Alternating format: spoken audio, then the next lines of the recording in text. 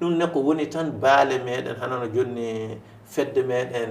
mawde tabital pulako nde kañum haani e fedde fina tawa seeno hande ley Bamako ɗo miili ley Mali ɗo ɗe woni baale ɗiɗi yuɓɓiɗe fasanne kañume ana mbawi so jarrike ƴeewa jawdi ƴeewa financement banggal laamu ƴeewa yimɓe golloɓe hono majjum gaɗa dewte muɗum a faami haya so jam e deƴere warti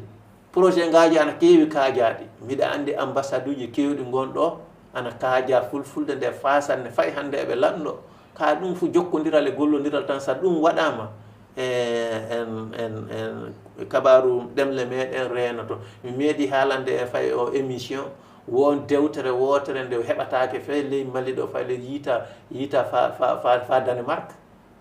e banggal kabaru fulfulde donc tubakoɓe gari gaɗi ande muɗe jeeyi ndesi eɓe nawtoro toon sayga enen ga en donki wadde ɗum nawtoroɗen eɗen kani lanɗade koye meɗen ko ɗum gatten ko annumi tan ko kalnami pulako fijo e yewtere nde tan nafata ko hollete ko gonɗa tan ɗemgal maɗa ngal aɗa haala ngal ingal tabita mbaji mbina goɗɗo do haala ngal tawe kangal kalata ɗo jaaɗa fo binda ngal sa windi ngal jangga ngal sa jangi ngal wallifoɗa dewte sa wallifike dewte e yo dewte ɗe cippe ɗe coode ɗum woni ko watta fa ɗemgal ngal reeno tawe woɓɓe so ngaro janggo keɓa ko ndentoro hen ko heddi ɗum fo ɗumaniji ka haala goɗɗum wonto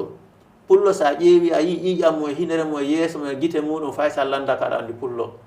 jiiɗa ɗum nokku ley jama fo aɗa andi pullo andi ati anda ɗum ko Allah hokki ɗum tagueyfo muɗum ƴiƴam muɗum hinere muɗum guite muɗum toni muɗum mooso muɗum noppi muɗum